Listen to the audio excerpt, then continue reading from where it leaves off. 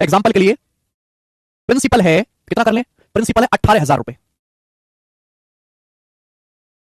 Principal है 18,000 रुपए, ठीक है, 15,000 रुपए कर लेते हैं। प्रिंसिपल है 15,000 रुपए, ब्याज की दर है 6% पर एनम। तो आप मुझे बताओ 2 साल में कंपाउंड इंटरेस्ट कितना मिलेगा? ट्री मेथड से आपको बताना, ट्री मेथड से आप बताओ। अगर ब्याज की प्रिंसिपल 15,000 है, ब्याज की दर 6% पर एनम है, तो फर्स्ट ईयर में आपको कितना ब्याज मिलेगा मेरे दोस्तों? आपको सेकंड ईयर में कितना ब्याज मिलेगा करके बताएं। फर्स्ट ईयर में कितना ब्याज होगा मेरे प्यार भाई? तो प्रिंसिपल अगर 15,000 है तो पहले साल कितना ब्याज मिलेगा? 15,000 का 6%, 15,000 का 6% 900 रुपए, आप बोलोगे आंसर। दूसरे साल कितना ब्याज होगा? प्रिंसिपल का 6% तो मिलना ही मिलना है, प्रिंसिपल है 15,000, 15,000 का 6% तो मिलना ही मिलना है 900 रुपए। लेकिन सेकंड ईयर में जब आप आओगे तो आपने फर्स्ट ईयर में जो ब्याज कमाया है, आपने फर्स्ट ईयर में जो ब्याज कमाया है उसका भी तो 6% मिलेगा।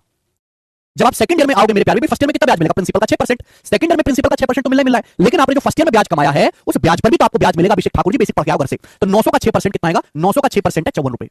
यानी कि फर्स्ट ईयर में कितना ब्याज मिलेगा आपको? 900 रुपए। सेकंड ईयर में कितना ब्याज मिलेगा? 954 रुपए। तो 2 साल का कंपाउंड इंटरेस्ट कितना आएगा?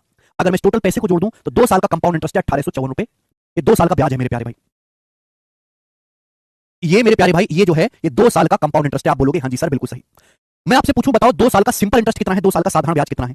तो बेटा ये 900 जमा 900 1800 रुपए 2 साल का सिंपल इंटरेस्ट है। तो आप मुझे ये बताओ, मैं अगर आपसे पूछूं कि 2 साल के सीआई और 2 साल के एसआई का डिफरेंस कितना है, तो आपका जवाब होगा सर 54 रुपए 2 साल के सीआई और एसआई का डिफरेंस है। ये 54 रुपए क्या है मेरे प्यारे? ये जो 54 रुपए, ये व्हाट इज दिस? ये 54 क्या है? यही 2 साल के सीआई और 2 साल के एसआई का डिफरेंस है। ये 2 साल के सीआई और 2 साल के एसआई का डिफरेंस है। मुझे लगता है आपको बात अच्छी तरीके से समझ में आई है। ये ट्री मैं पहले भी बता चुका हूं। बेटे हर लेक्चर को पढ़ा करो, पूरा पढ़ा करो, थ्योरी ढंग से पढ़ा करो। सवालों में बेसिक मांगते हो, सवालों में नहीं बेसिक होता, क्या बेसिक लेने? सवाल तो सवाल होता है, बेसिक तो अलग से मैं पढ़ाता हूं, वो पढ़ के आया करो ना घर से। ठीक है, मैंने आपके बेसिक का रिवीजन करवा दिया, ठीक है ना? अब इस पर बेस्ड सवाल, सवाल नंबर है 14 आपके सामने, इसी कंसेप्ट पर बेस्ड सवाल। ठीक है मेरे प्यारे भाई, चलेगा। ठीक है जी।